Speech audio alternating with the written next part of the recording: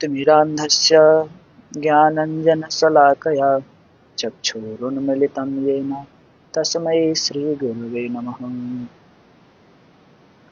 श्रीहंसञ्च सनत्कुमारप्रमाधरं नारदं निम्बादित्यगुरुं च द्वादशगुरुं श्रीश्रीनिवासादिकान् वन्दे सुन्दरभट्टदेशिकमुखान् वस्विन्दुसंज्ञायुतान् श्रीव्यासाधरिमध्यगाच्च परतः सर्वान् गुरून् सादरम्।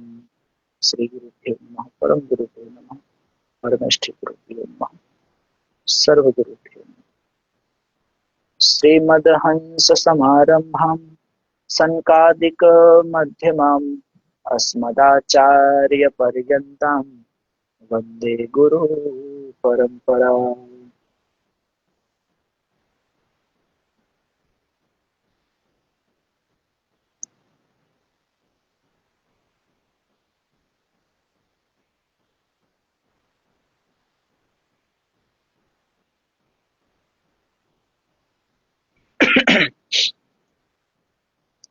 नमस्तस्मै भगवते कृष्णाय कुण्ठमेधसे राधाधरसुधासिन्धौ नमो नित्यविहारिणे। राधां कृष्णस्वरूपां वै कृष्णं राधास्वरूपिणं कलात्मानं निकुञ्जस्थं गुरुरूपं सदा भजे। भक्त भक्ति भगवंत गुरु चतुर नाम वपुवेक इनके पद वंदन किए नासै विघ्न अनेक। वांछा कल्पतरुभ्यश्च कृपा सिंधुभ्य एव च पतितानां पावनेभ्यो वैष्णवेभ्यो नमो नमः। प्रह्लाद नारद पराशर पुंडरिक व्यासाम्बरीश सुखसौनक भीष्मदाल्भ्यान् रुक्माङ्गदार्जुन वसिष्ठ विभीषणादीन् एतानहं परमभागवतान् नमामि। सब संतन निर्णय कियो मथि श्रुति पुराण इतिहास भजबे को दोई सुघर के हरिदास। मंगल आदि विचारी रहा वस्तुन और अनूप हरिजन को यस गावते हरिजन मंगल रूप। अग्रदेव आज्ञा दई भक्तन को यस गाओ भवसागर के तरन को नाही और उपाऊ।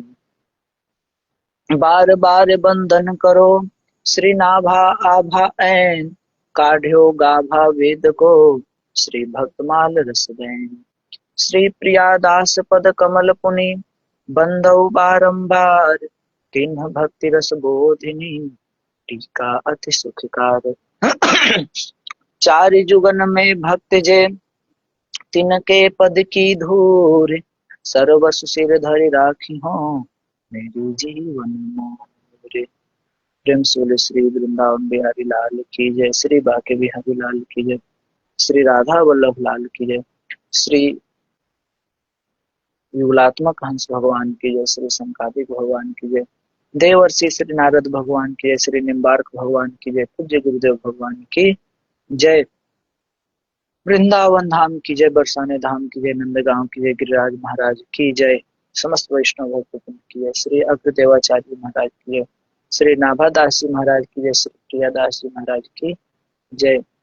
समस्त वैष्णव भक्तों की जय। जय जय श्री राधे श्याम। तो आज हम लोग श्री भक्तमाल में षोडश पार्षद के चरित्रों का जो है हम लोग श्रवण कर रहे थे, जिसमें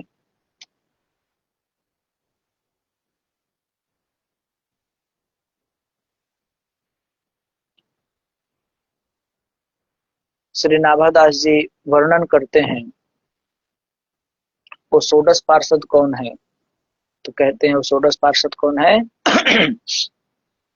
तो विश्वक्सेन जय विजय प्रबल बल मंगलकारी, नंद सुनंद सुभद्र भद्र जग आमय हारी, चंड प्रचंड विनित कुमुद कुमुदाक्ष करुणालय, शील सुशील सुसेन भाव भक्तन प्रतिपालय, लक्ष्मीपति प्रीणन प्रवीण भजनानंद भक्तन सुहृद, मोचित वृत नित तह रहो जहां नारायण पारस।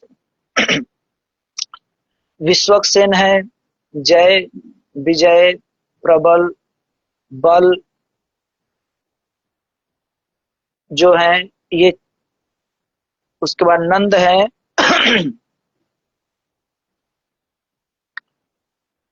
नंद है, सुनंद है, सुभद्र है, भद्र जी है, चंड है, प्रचंड है, कुमुद और कुमुदाक्ष, और शील सुशील और सुसेन। ये 16 जो हैं भगवान के पार्षद हैं। तो इसी प्रसंग में श्री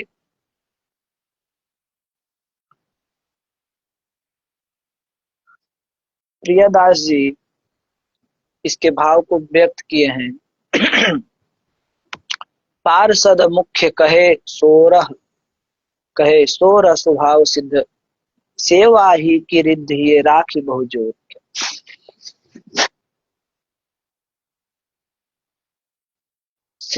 श्रीपति नारायण के प्रीणन प्रवीण महा, ध्यान करे जन पले भाव दृग कोरी के, सनकादि दियो श्राप प्रेरी के दीवायो आप, प्रगट हुए कहियो पियो सुधा जिमी घोरी के, गही प्रतिकूलताई जो पे यही मन भाई, या तेरी हद गाई धरी रंग बोरी के।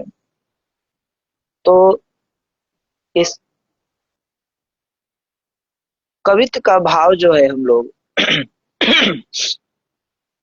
श्रवण किए थे। दूसरी पंक्ति जो है, श्रीपति नारायण के प्रीणन प्रवीण महा, ध्यान करे जन पाले भाव दृग कोरिक। तो ये दूसरी पंक्ति तक के भाव को हम लोग श्रवण किए थे। अगली पंक्ति जो है, सनकादि दियो श्राप प्रेरी के दीवायो आप, प्रगट हुए कहियो पियो सुधा जी में घोरी के। तो इसके भाव को व्यक्त करते हैं।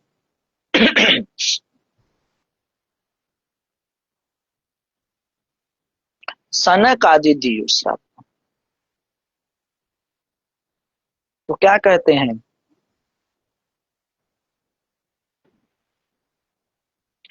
कहते हैं कि जो सनकादिक जी हैं, सनक सनंदन सनत और सनातन, ये चारों कुमार जो हैं, ये चारों कुमार जो है संपूर्ण आसक्तियों का परित्याग कर, इनको किसी भी वस्तु आदि में आसक्ति नहीं है।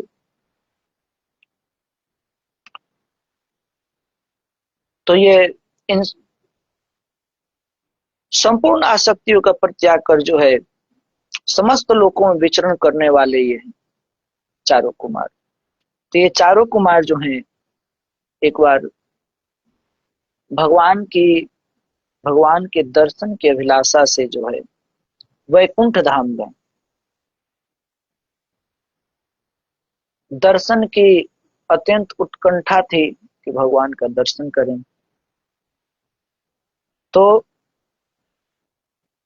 ये वैकुंठ की अन्य दुर्लभ दिव्य दर्शनीय वस्तु पर दृष्टिपात न करते हुए, अर्थात जब ये चारों कुमार जब वैकुंठ में गए तो अन्य दृश्य को नहीं देख रहे थे, क्योंकि इनके हृदय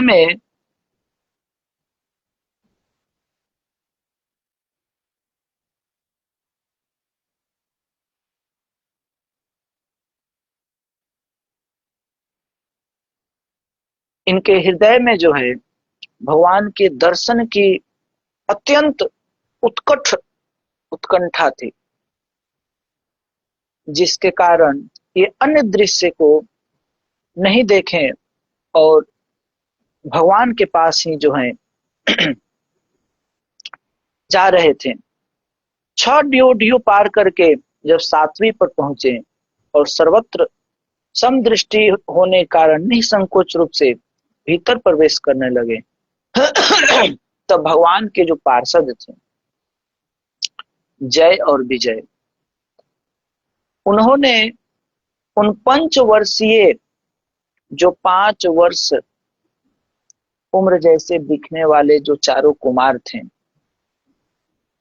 उन 5 वर्षीय से दिखने वाले दिगंबर जो एक केवल कौपीन धारण किए हुए रहते थे, उन तेजस्वी कुमारों की हंसी उड़ाते हुए बेंत अड़ाकर, जो दंड लिए थे उस दंड को अड़ाकर उन्हें आगे बढ़ने से रोक दिया।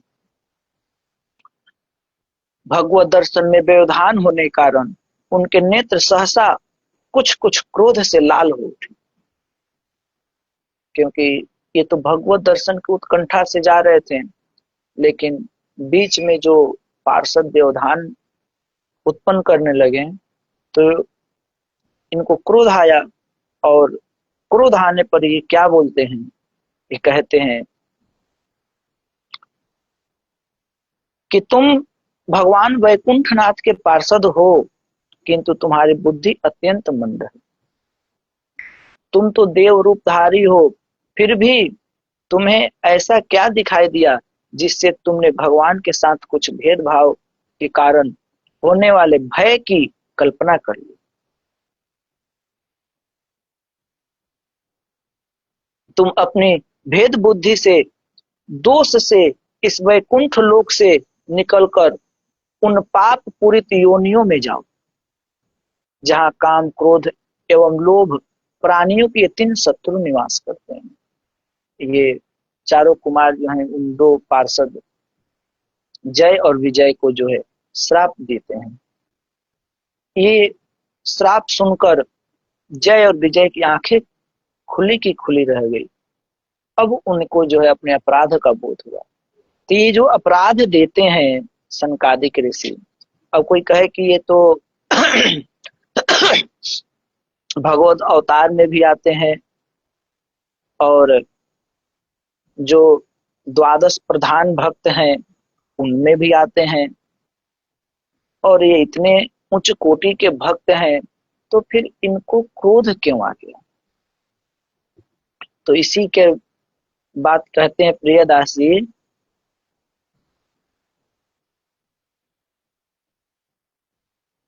श्रीपति नारायण के प्रीणन प्रवीणमा सनक आदि दियो श्राप प्रेरी के दिवायुआ। कहते हैं ये जो श्राप दिए, इनको जो क्रोध आया, वो भगवान की ही लीला थी, भगवान की ही कृपा थी। तो भगवान की लीला ही थी वो, ताकि इनके माध्यम से उन जय विजय को श्राप दें। तो जब ये श्राप दे दिए तब वो जय विजय जो हैं अत्यंत व्याकुल होकर दीन भाव से इन कुमारों के चरणों में लोग प्रार्थना करने लगे, भगवान हमने अपने अपराध का उचित फल पाया, अब आप इतनी कृपा करें कि अधमाधम योनियों में जाने पर भी हमारी भगवत स्मृति बनी रहे। कहते हैं कि यदि हम जाएं भी अधम योनियों में नीचे, तो आप यही कृपा करें कि हमारी बुद्धि चित्त जो है भगवान की स्मृति में ही भगवान का स्मरण करता रहे। जब ये सब प्रसंग वार्ता चल रही थी इन दोनों में, तब तक भगवान को भी इसकी बात की जानकारी मिली कि हमारे पार्षदों ने श्री सनकादिक का निरादर किया है। तब वे तुरंत श्री लक्ष्मी जी के सहित वहां पहुंचे। समाधि के विषय त्रिभुवन मोहन श्री वैकुंठनाथ की अचिंत्य सौंदर्य राशि की दर्शन कर सनकादि की विचित्र दशा हो गई।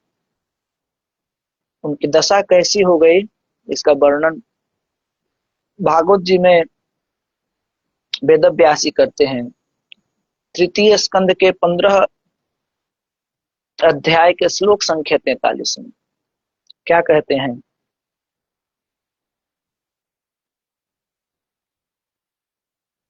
तस्यारविंद नयनस्य पदारविंद किंजल्कमिश्र तुलसी मकरंद वायु अंतर्गतः स्वविवरेण चकार तेषां संक्षोभमक्षरजुषमपि चित्ततन्नवः। क्या कहते हैं? तस्य अरविंद नयनस्य, ये जो सनक आदि जो हैं चारों कुमार, जो कि हमेशा ब्रह्मानंद में ही निमग्न रहा करते थे, हमेशा भगवान के निर्गुण निराकार जो उनका जो स्वरूप है ब्रह्मानंद, उसी में हमेशा निमग्न रहते थे। परंतु जब ये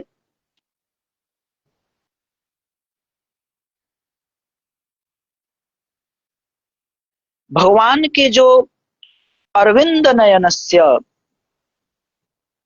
भगवान के जो कमल नयन और पदारविंद, कमल नयन के चरणारविंद मकरंद से जब मिली इनकी दृष्टि, तो कैसा प्रतीत हो रहा है? तो कहते हैं कि भगवान कमल नयन के, जिनका नेत्र जो है बहुत सुंदर कोमल है, उनके चरणारविंद मकरंद से मिली हुई तुलसी मंजरी की गंध से सुवासित वायु ने नसारंध्र के द्वारा उनके अंतःकरण में प्रवेश किया। भगवान के चरण कमल के जो मकरंद था, उस मकरंद से मिली हुई जो तुलसी की मंजरी का जो गंध था, सुगंध, उस सुगंध से सुवासित वायु जब उनके नासिका के रंध्र भाग से जब उनके अंतःकरण में वो वायु जब सुगंध जब प्रवेश किया, उस समय वे अपने शरीर को संभाल न सके। तेषाम संक्षोभम अक्षरजुषामपि चित्तन्वयो चित्त तन्वोः। कहते हैं कि उस दिव्य गंध ने उनके मन में खलबली पैदा कर दी। वो सोचने लगे कि भगवान की रूप माधुरी कैसी है। क्यों? क्योंकि वो तो हमेशा जो है निर्गुण निराकार ब्रह्मानंद में ही निमग्न रहते थे, लेकिन जब भगवान के उस स्वरूप का जब दर्शन करते हैं तो फिर इनके मन में जो है खलबली पैदा हो उठती है, अर्थात ये बहुत विचार करने लगते हैं कि भगवान का स्वरूप कितना सुंदर है। जब उन्होंने निखिल सृष्टि नायक भगवान की स्तुति कर प्रभु के मंगलमय चरण कमलों में प्रणाम किया और भगवान श्री हरि ऋषियों की प्रशंसा कर उनके श्राप का समर्थन करते हुए बोले, वो जो श्राप दिए थे जय और विजय को, तो उसका समर्थन करते हुए भगवान बोलते हैं कि आपने जो श्राप दिया इसमें आपका कोई दोष नहीं है। वो कहते हैं कि ये जय विजय जो है मेरे पार्षद हैं, इन्होंने आपका अपराध किया है, आपको आपने इन्हें दंड देकर उचित नहीं किया। ब्राह्मण मेरा परम आराध्य है, मेरे अनुचरों के द्वारा आप लोगों का जो अनादर हुआ उसे मैं अपने द्वारा ही किया समझता हूँ। मैं आप लोगों से प्रसन्नता की भिक्षा मांगता हूँ। भगवान जो उन चारों कुमारों से कहते हैं, तब उन चारों कुमारों ने भगवान से क्या कहा? बोलते हैं भगवान से कि भगवान आप तो साक्षात धर्म स्वरूप हैं, सत्व गुण की खान है। हे सर्वेश्वर, इन द्वारपालों को आप जैसा उचित समझे वैसा दंड दें अथवा पुरस्कार रूप में इनकी वृत्ति बढ़ा दें। हम निष्कपट भाव से आपसे सब प्रकार सहमत हैं, अथवा हमने आपके इन निरपराध अनुचरों को श्राप दिया है, इसके लिए हम ही को उचित दंड दें। वह भी हमें सहर्ष स्वीकार करें। हमने जिन लोगों को दंड दिया है तो इसके लिए आप हमें उचित दंड दें। श्री भगवान तो भगवान कहते हैं, हे मुनियों, आप सत्य समझिए, आपका यह श्राप मेरी ही प्रेरणा से होगा। वहीं प्रियादास जी अपने पद में कहते हैं, कवित संख्या में क्या कहते हैं? प्रिय सनकादि दियो श्राप प्रेरी के दिवायो। सनकादि जो श्राप दे रहे हैं जय विजय को, वो भगवान की प्रेरणा से ही दे रहे हैं। तो वही कहते हैं कि आपका यह श्राप जो है मेरी ही प्रेरणा से हुआ है। ये दैत्य योनियों में जन्म तो लेंगे, किंतु क्रोध आवेश से बढ़ी एकाग्रता के कारण शीघ्र ही मेरे पास लौट आएंगे। सनकादि ऋषियों ने प्रभु के अमृतमय वचन सुनकर उनकी परिक्रमा कर प्रणाम किया और उनकी महिमा का गान करते हुए वहां से लौटे। तब जब वो लौट आए, तब भगवान के जो पार्षद जय और विजय थे वो क्या कहते हैं? उनसे भगवान क्या कहते हैं कि तुम लोग निर्भय हो जाओ, तुम्हारा कल्याण होगा। मैं सर्वसमर्थ होकर भी ब्रह्म तेज की रक्षा चाहता हूं, यही मुझे अभिष्ट है। एक बार मेरे योग निद्रा में स्थिर होने पर तुम दोनों ने द्वार में प्रवेश करती हुई लक्ष्मी जी को रोका था। उस समय उन्होंने क्रोध होकर पहले ही तुम्हें श्राप दे दिया था।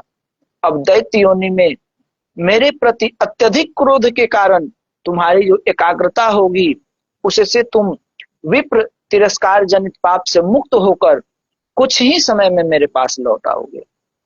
ये बात जो है भगवान अपने पार्षदों से कहते हैं। इन श्रापों को साप न समझकर अमृत समझो, क्योंकि इससे अपराधों का समन होकर तुम लोगों की शुद्धि हो जाएगी। कहा जाता है कि यदि कोई व्यक्ति यदि कोई गलती करता है, कोई अपराध करता है, और यदि जब कोई व्यक्ति यदि उसे उचित दंड देता है तो फिर उस अपराध से वो मुक्त हो जाता है। लेकिन यदि अगर वो उस अपराध का यदि उस या तो स्वयं से पश्चाताप नहीं करता है अथवा दंड नहीं भुगतता है, तो फिर उस अपराध को भोगने के लिए उसको नरक में जाना पड़ेगा, अथवा फिर उसे जो है जन्म लेकर के उस अपराध के दंड को भोगना ही पड़ेगा। तो इसीलिए कह रहे हैं कि तुमने जो अपराध किया, इसका दंड जो तुम्हें मिला, तो तुम लोगों की जो अपराध था उसका जो है उसकी क्या हो जाएगी? शुद्धि हो जाएगी। और मेरी भी अवतार होगी और लीला कर, अतः पियो सुधा जीमी घोरी के। इसलिए जब मैं अवतार लूंगा और ये सनकादिक ऋषि से कहते हैं कि आप मुझे ये कृपा करें कि वहां पर भी हमें स्मरण बनता रहे। तो देखिए, जो तीन हुए, रावण, कुंभकर्ण और दंतवक्र, कंस और हिरण्याक्ष और हिरण्यकश्यप। तो जब भगवान का अवतार हुआ था तो रावण जो है 24 घंटा भगवान का ही चिंतन करता था। भले क्रोध भाव से ही चिंतन करता था, वैर भाव से ही चिंतन करता था, लेकिन अहरनिश जो है उन्हीं के चिंतन में लगा रहता था। तो कहा, भगवान ये कहते हैं कि बस तुम मुझे याद करो, वो चाहे किसी भी बहाने से याद करो।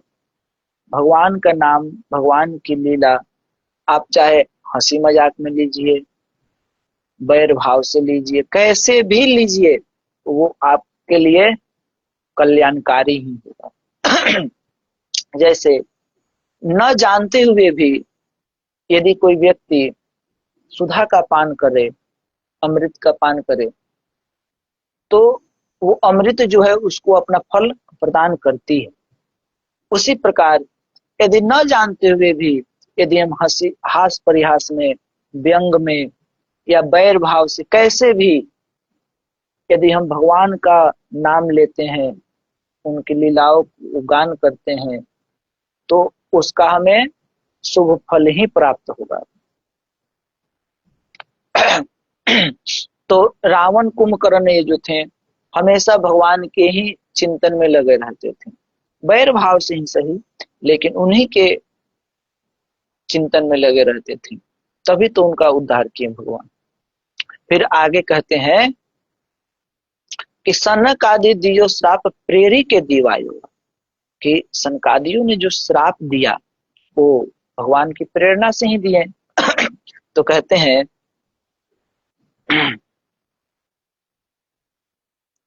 ये जो सनकादिक जी जो श्राप दे रहे हैं वैकुंठ में जय और विजय को, तो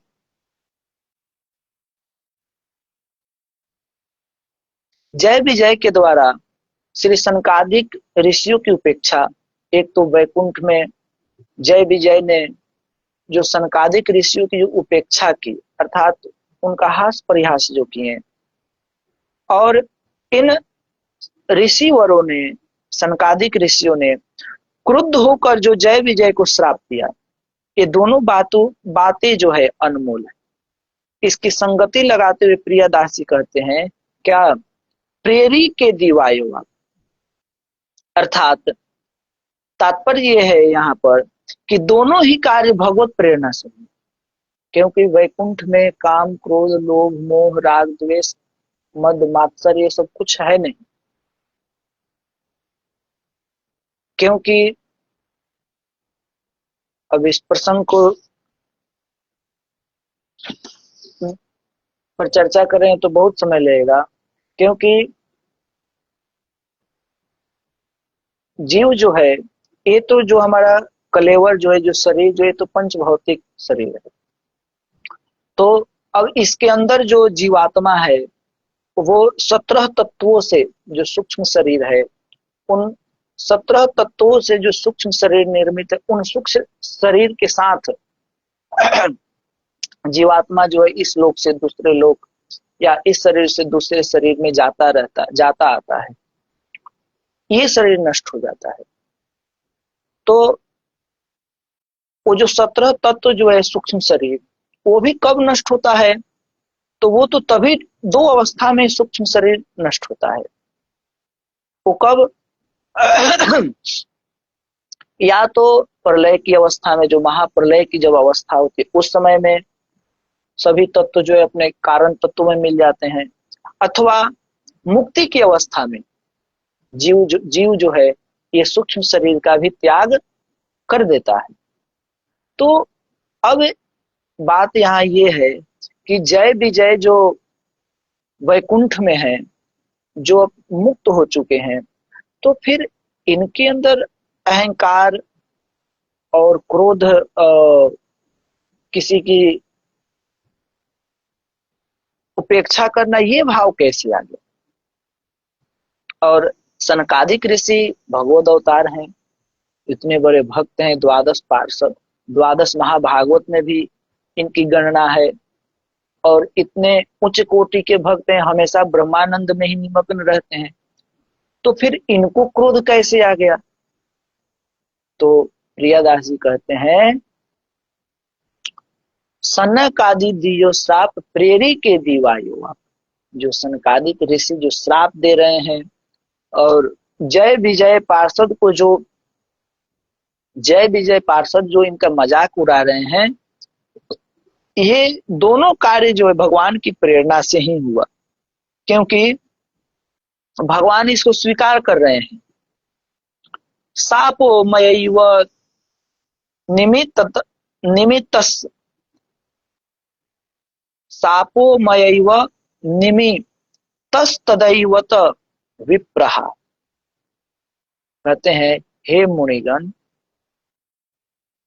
आपने जो इन्हें श्राप दिया, यह मेरी ही प्रेरणा से। सापो मयैव, ये जो आप श्राप दिए मेरी ही कृपा, मेरी ही प्रेरणा से है, मैं ही इसका निमित्त हूं।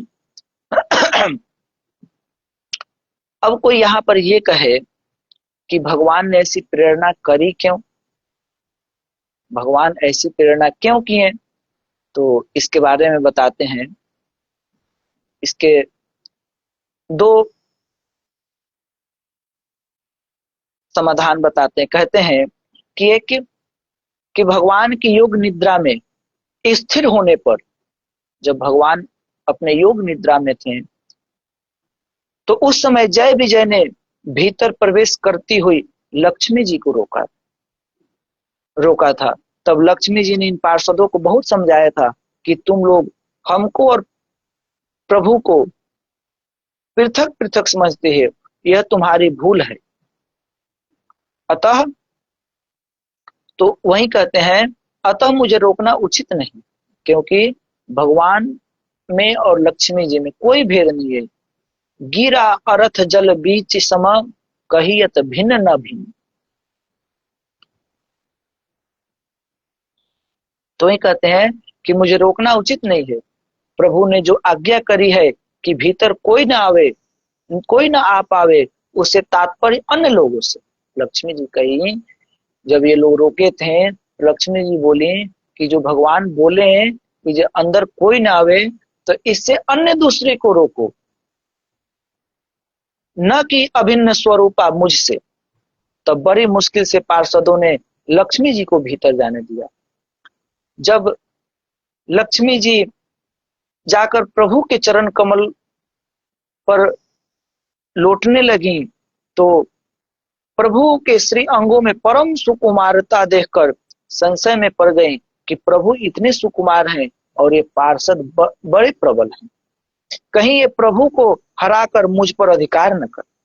लक्ष्मी जी ये विचार करने लगी, अधिक प्रीति मन भा संदेह। जब किसी व्यक्ति को, जब किसी से अत्यधिक जब प्रेम होता है, तो फिर उसको भय होता है कि कहीं इसे कहीं दूसरे कोई छीन न ले, चुरा न ले, तो उसको हमेशा संदेह बना रहेगा कि अरे मैं यहाँ चला गया, वो कैसे होगा, कैसे नहीं होगा। तो वैसे ही लक्ष्मी जी को लग रहा है कि भगवान तो इतने सुंदर सुकोमल हैं, कहीं ये सब जो है इतने सुकोमल हैं और ये तो बड़े प्रबल हैं पार्षद, तो कहीं भगवान को ही ना, ऐसा नहीं है कि जय पार्षद भगवान को हरा सके। लेकिन इन लक्ष्मी जी के अंदर अत्यंत प्रेम होने के कारण इनके अंदर ये भाव उठ रहे हैं कि कहीं भगवान इतने कोमल हैं, इनको हरा करके कहीं ये मुझे ना ग्रहण कर ले। भगवान ने कहा, अभी आप धैर्य धारण करें। तो हाँ, तो कहती हैं, तब लक्ष्मी जी ने प्रभु से इन पार्षदों की शिकायत की और इनको यहाँ से हटाने को कहा कि आप जो है इनको यहाँ से हटाइए।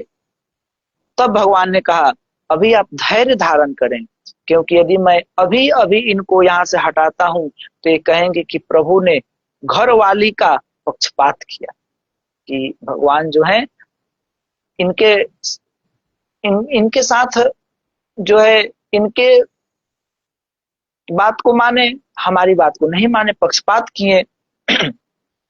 अतः मैं ऐसी युक्ति करूंगा कि इनको दंड भी मिल जाएगा और हमें दोष भी न लगे।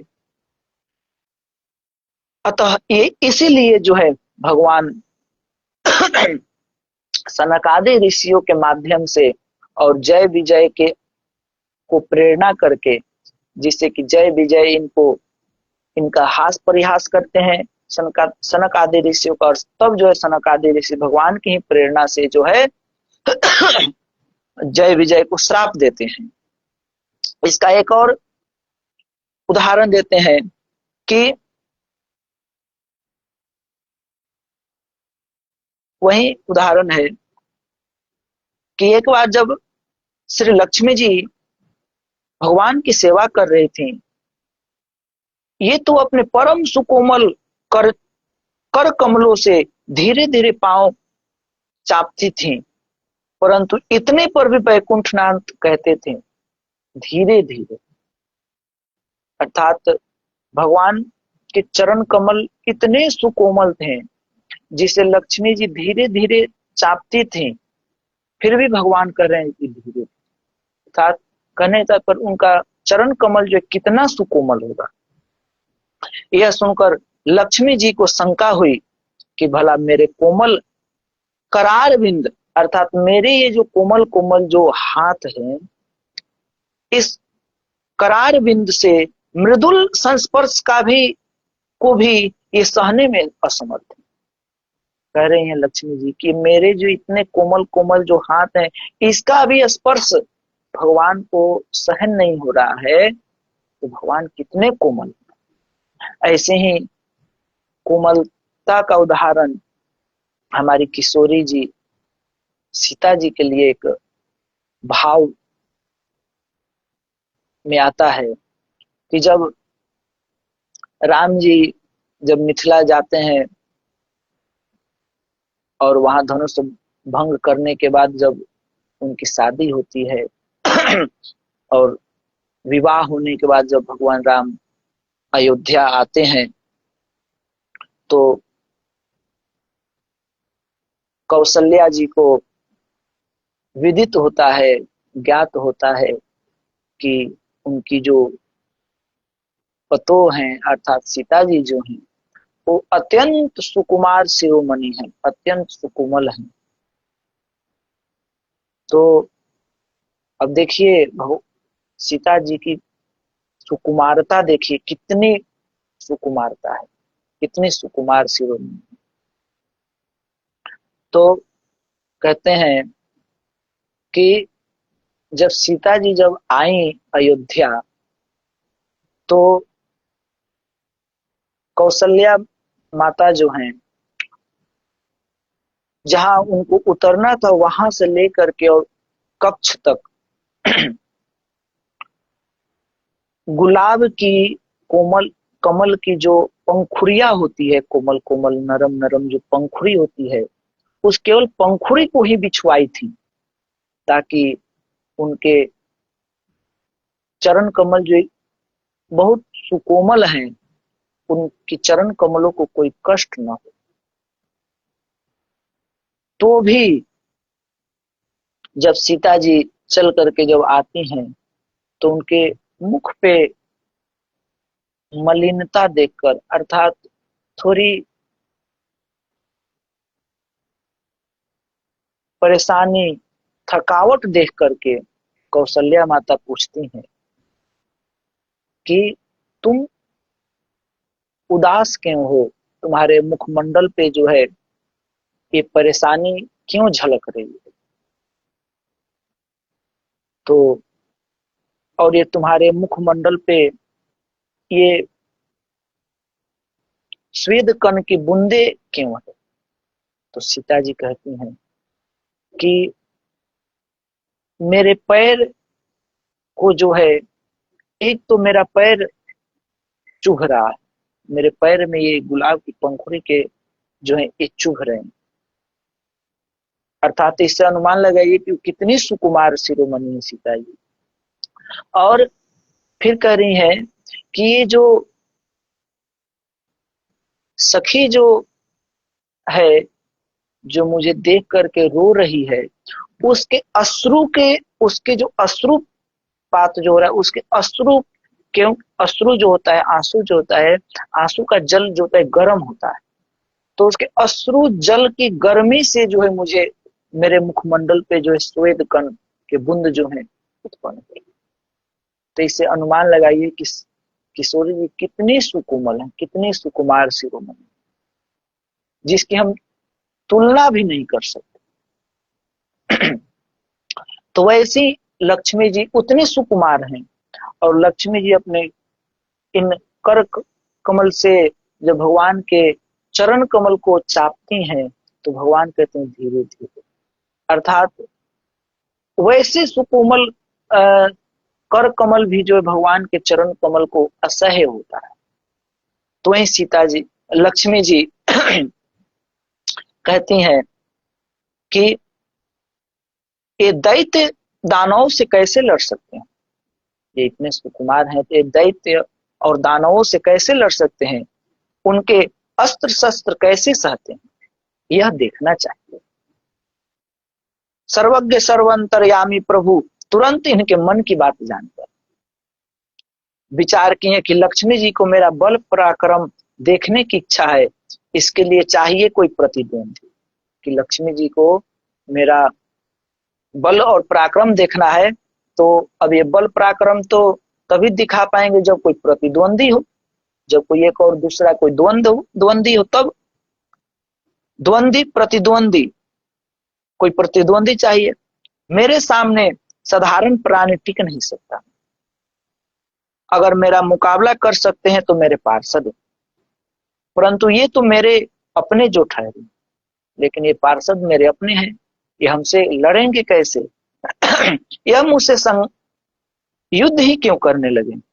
अतः लीला संपादनार्थ इन्हीं लीला के लिए जो है श्री सनकादिक जी को प्रेरित करते हैं, श्राप देते हैं, ताकि ये श्राप देंगे, ये धरती पे जाएंगे और इनसे मेरा जब युद्ध होगा, तो उस छटा को जो है लक्ष्मी जी जब देखेंगी, तो इनके जो लक्ष्मी जी के मन में जो भाव थे कि भगवान इतने कोमल हैं, तो ये दैत्य और दानवों से युद्ध कैसे करते होंगे, इस दृश्य को देखने के लिए ही, अर्थात भगवान की प्रेरणा से ही सनकादिक ऋषि जो है उन जय विजय को श्राप देते हैं, और जय विजय भी भगवान की ही प्रेरणा से जो है इनकी उपेक्षा करते हैं सनकादिक ऋषियों की। कहते हैं कि सनकादिक जी ने 3 जन्म का श्राप दिया था। मुक्त न भय हते भगवाना, 3 जन्म द्विज वचन प्रमाणा। जय विजय को हिरण्यकश्यपु, हिरण्याक्ष, रावण, कुंभकर्ण और शिशुपाल और दंतवक्र, इन 3 रूपों में जन्म लेना पड़ा। हमने जो कहा था कंस रूप में नहीं थे, शिशुपाल और दंतवक्र। श्राप के अनंतर जब श्राप खत्म हो जाएगा, उसके बाद जब उद्धार की बात हुई, तो सनकादिक ऋषियों ने अपने मन में कहा, धन्य तो ये पार्षद हैं जिन्हें भगवान बार बार अपना कहते हैं और उनके अपराध को अपना अपराध मानते हैं। प्रभु ने मेरी प्रशंसा तो बहुत की और पूज्य भी कहा, परंतु एक बार भी अपना नहीं कहा। अतः अब हमें भी वही करना चाहिए जिसे भगवान अपनावे, अपना कहे।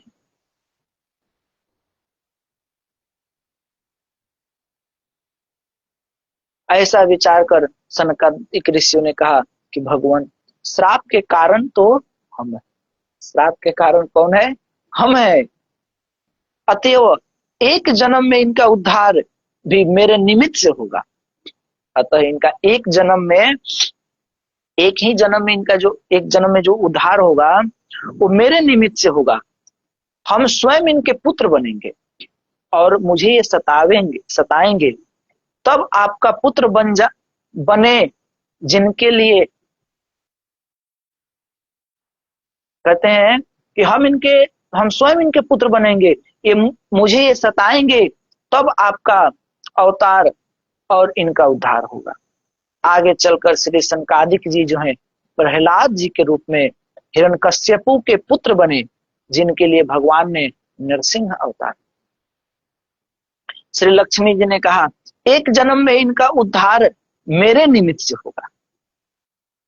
लक्ष्मी जी कहती एक जन्म में तो सनकादिक निमित्त बन गए, प्रहलाद जी भक्त बन गए, उनके पुत्र बन गए, और एक जन्म में लक्ष्मी जी कहते हैं एक जन्म जो है, एक जन्म में इनका उद्धार मेरे निमित्त से होगा।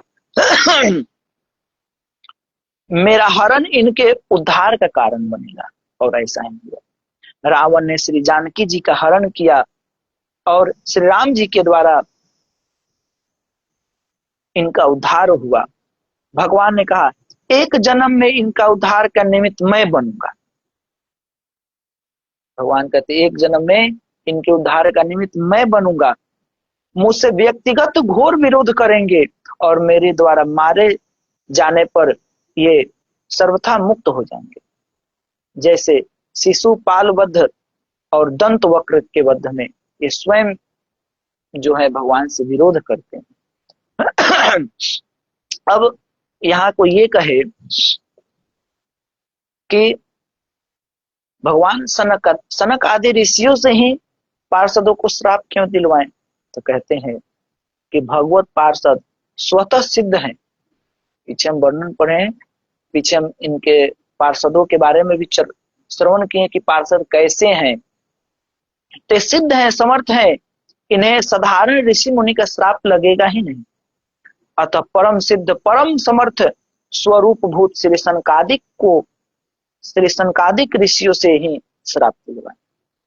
समर्थ पुरुषों को साधारण लोगों का श्राप नहीं लगता। जैसे यहाँ एक दृष्टांत देते हैं भृगु जी का।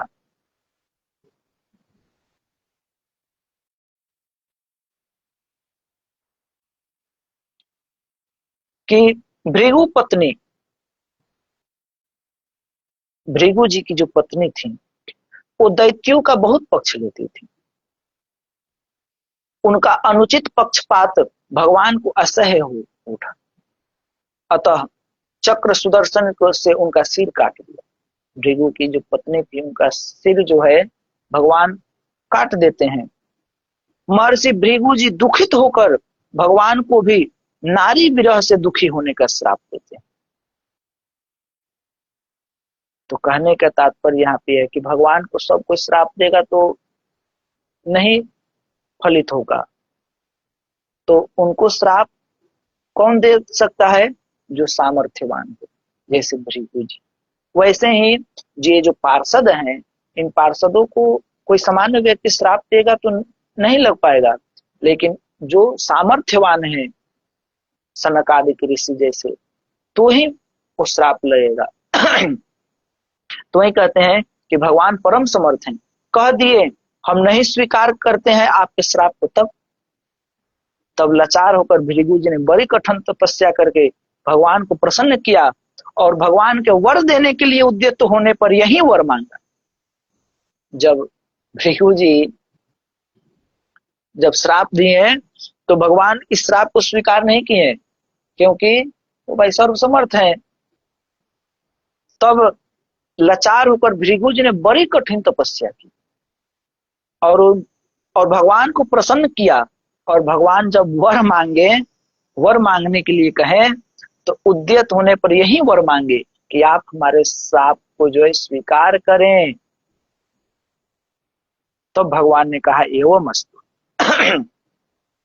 तो कहने का तात्पर्य है जो सर्व सामर्थ्य है उसको साधारण व्यक्ति श्राप दे तो वो नहीं लगेगा।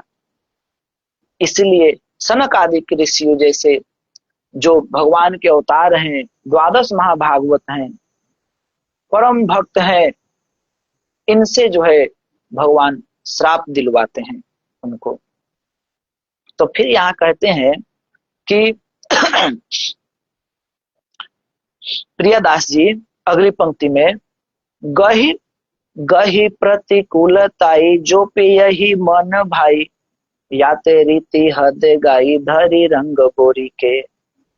कहते हैं कि जब श्री सनकादिक जी का श्राप सुनकर जय विजय को प्रथम तो बड़ा संताप हुआ, पहले तो बहुत दुख हुआ, परंतु जब यह जान गए कि ये भगवान की ही इच्छा है तो वो श्राप को भी जो है अमृत मानकर स्वीकार कर लेते हैं। यही वास्तविक सेवक का धर्म है। सेवक का धर्म क्या है, यहाँ पे कितना सुंदर व्याख्या कर रहे हैं प्रियदास जी। कह रहे हैं प्रियदास जी नहीं, किसी का है, कहते हैं सेवक का धर्म कैसा होना चाहिए, तो कह रहे हैं,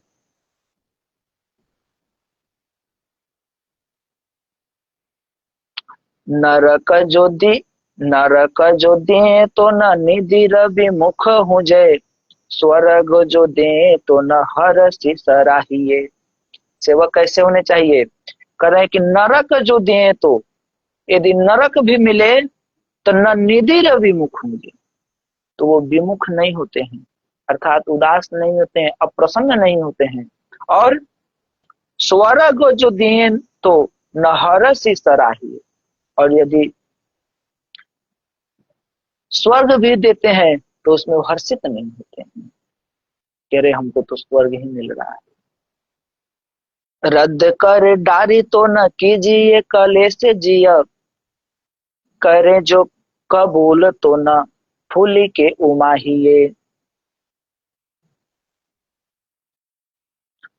जिहि अंग रंग होए तिहि अंग रंग हुजे, ए दिल सनेही स्नेह निके के निवाहिए। चित्त क्यों न चाह मारो आप चाह चूल्हे परो, प्रीतम जो चाह चाह सोई चाह चाहिए। सेवक वही है जो चित्त क्यों न चाह मरो, अर्थात अपनी जो इच्छा है उसकी चाह भले ही मर जाए, आपू चाह चूल्हे परो। अपनी जो चाह है वही वास्तव में सेवक है, भक्त है, दास है, प्रेम करने वाले वही है जो अपनी इच्छा के लिए नहीं, किसकी इच्छा लिए, प्रीतम जो चाहे चाह, हमारे प्रियतम जो चाह रहे हैं, प्रीतम की जो इच्छा है, प्रीतम किसमें हमारे प्रियतम किसमें सुखी है, वो क्या चाहते हैं, उस चाह को जो है, जो प्रियजन होते हैं, जो भक्त होते हैं, दास सेवक जो होते हैं भगवान के, वो तो बस यही चाहते हैं कि हमारे प्रियतम जो है, हमारे भगवान जो है, हमारे स्वामी जो हैं, उनकी क्या चाह है, उनकी क्या इच्छा है, उनकी किस में प्रसन्नता है, वो तो बस वही करते हैं। यही सबसे उत्तम सेवक है।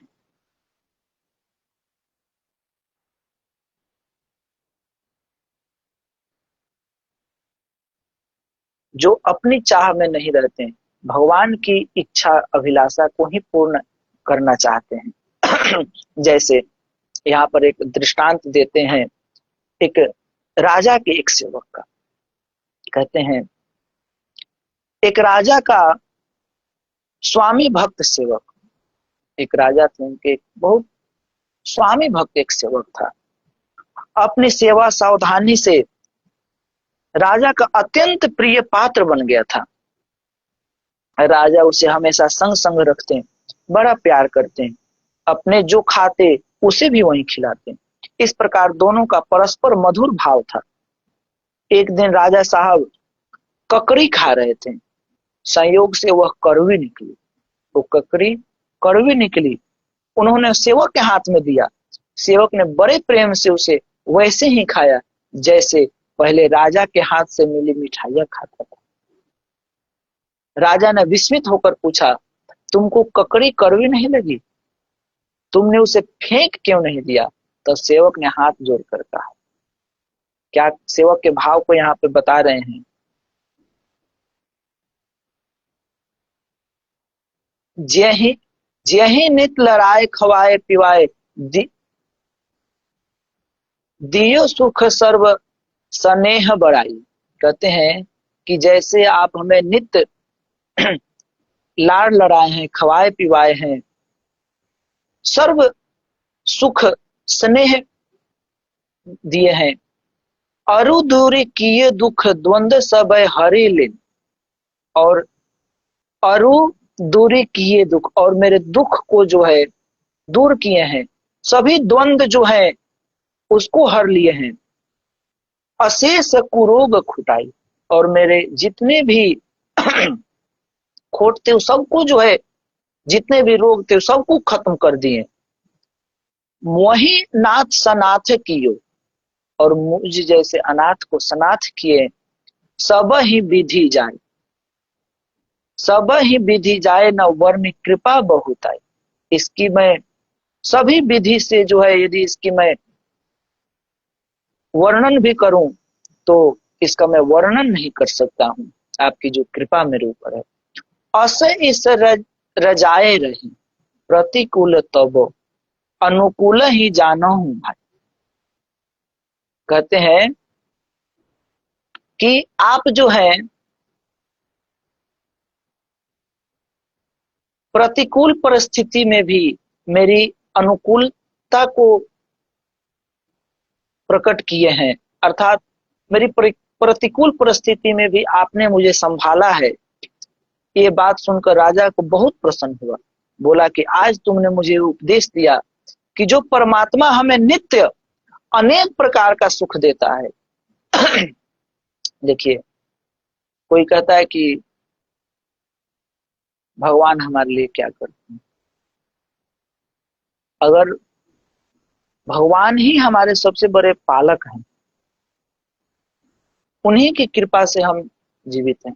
अगर वो उन्हीं की कृपा से सूर्य की रोशनी मिल रही है, हवा मिल रही है, जल मिल रहे हैं, अगर ये न मिले तो फिर हम क्या। लेकिन क्या हम इसी को कहते हैं कृतज्ञता। कहते हैं कि जो यदि कोई व्यक्ति किसी के लिए कुछ करता है तो उसके लिए भी हमें कुछ करना चाहिए, लेकिन यदि नहीं करते हैं तो उससे व्यक्ति को कृतज्ञ कहा जाता है। भगवान हमारे लिए इन सभी वस्तुओं की व्यवस्था करते, लेकिन हम भगवान के लिए क्या करते हैं? यदि हम भगवान के लिए कुछ नहीं करते हैं तो हमसे बड़ा कृतज्ञ कोई नहीं। तो जब राजा ये बात सुना कि आज तुमने मुझे यह उपदेश दिया कि जो परमात्मा हमें नित्य अनेक प्रकार का सुख देता है, उसी के हाथ से यदि कभी दुख भी आवे तो उस दुख को प्रसन्नता पूर्वक भोग लेना चाहिए। मंगल भवन या मंगलहारी, इसके प्रत्येक विधान को मंगलमय ही मानना चाहिए। जो कुछ भी हो रहा है वो भगवान ही कर रहे हैं और उनकी ही इसमें। यदि मान लीजिए जैसे आपसे कोई पूछे कैसे हैं, तो कोई कहता है अरे बहुत कष्ट है। अगर हम कह देंगे कष्ट है तो क्या कष्ट हरण हो जाएगा? जिस परिस्थिति में हो आनंद है, कृपा है उसकी, भगवान की कृपा है। और भगवान जब ये कहेंगे तो फिर उसकी ही कृपा रहेगी, और जैसे वो रखेगा उसी में हम आनंद पूर्वक रहेंगे। उस दिन से राजा उस सेवक को और भी अधिक प्यार करने लगा। वही सेवक संत लुकमान के नाम से प्रसिद्ध है। उसी प्रकार से भागवत पार्षद जो है भगवान के जो है अत्यंत प्रिय हैं, इसीलिए श्री हरि वल्लभ हो गए, अर्थात हरि के प्राण प्यारे हो गए हैं। सदा सर्वथा अनुकूल भाव से सेवा करने वाले भागवत पार्षदों ने स्वामी की इच्छा विचार कर कि ये भगवान की इच्छा है, सहर्ष अर्थात हर्ष भाव से प्रसन्नता पूर्वक जो है प्रतिकूल भाव को भी, अर्थात जो असुर बनना था उस प्रतिकूल भाव को भी अंगीकार कर लिया। यह आज्ञा पालन रूप रीति की सीमा है। जैसे हरि लोक निवास कहा हरि के संग लंक निशाचर संग, कहा सुख दीव सुभोग कहा प्रभु राम के भक्ष अभक्ष अभंग, कहा नित्य ब्रह्म आनंद कहा तह के यह द्वेष कुराग कुडंग, कहा हरि आयसु जान सुमान लियो असी प्रीति की रीति को रंग, कहा। तो सेवक वही है जो भगवान की प्रसन्नता के लिए भगवान की क्या इच्छा है उनके अनुसार यदि चलता है तब वो वास्तव में सेवक है, भक्त है, प्रेमी है, प्रेम करने वाला है। नहीं तो हम क्या तुम भगवान के भक्त हैं और इच्छा भगवान क्या कहते हैं ये नहीं देखते, अपनी ही इच्छा इतनी कि हम तो भैया ये चाहते हैं, ये करेंगे, वो करेंगे, हमें तो ऐसे करना। तो फिर अपनी जहां इच्छा गई तो फिर वहां पर हम भगवान के जो वास्तविक जो सेवक बनने चाहिए वो हम नहीं बन पाएंगे। तो आज जो है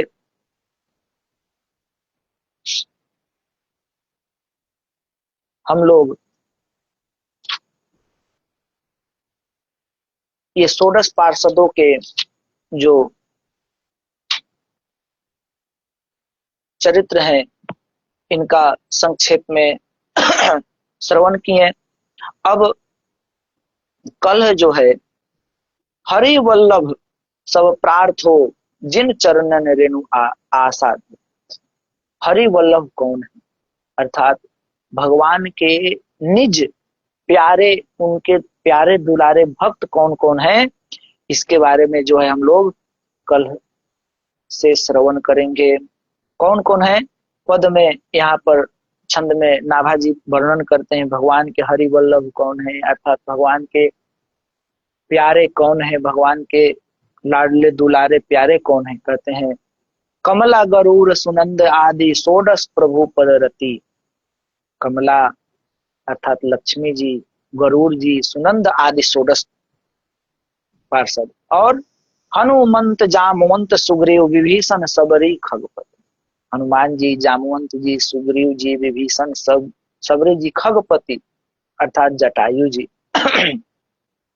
ध्रुव उद्धव अम्बरीश विदुर अक्रूर सुदामा,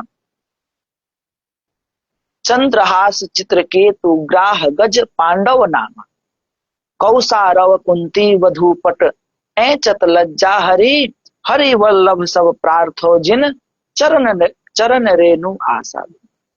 तो ये जो है भगवान के प्यारे दुलारे अपने इनके निज भक्त हैं। तो इनके चरित्रों का श्रवण जो है हम लोग कल से करेंगे। प्रेम से बोलिए आनंद कंद भगवान की जय। श्री वृंदावन बिहारी लाल की जय। समस्त रसिक संत वैष्णव भक्त वृंद की जय। श्री वृंदावन धाम की जय, बरसाने धाम की जय, नंदगांव की जय, श्री युगलात्मक हंस भगवान की जय, श्री संकादिक भगवान की जय, देवर्षि नारद भगवान की जय, श्री निम्बार्क भगवान की जय, पूज्य गुरुदेव भगवान की जय, समस्त वैष्णव भक्त वृंद की जय, श्री अग्रदेवाचार्य जी महाराज की जय, श्री नाभादास जी महाराज की जय, श्री प्रियादास जी महाराज की जय, समस्त वैष्णव भक्त वृंद की जय। जय जय श्री राधे।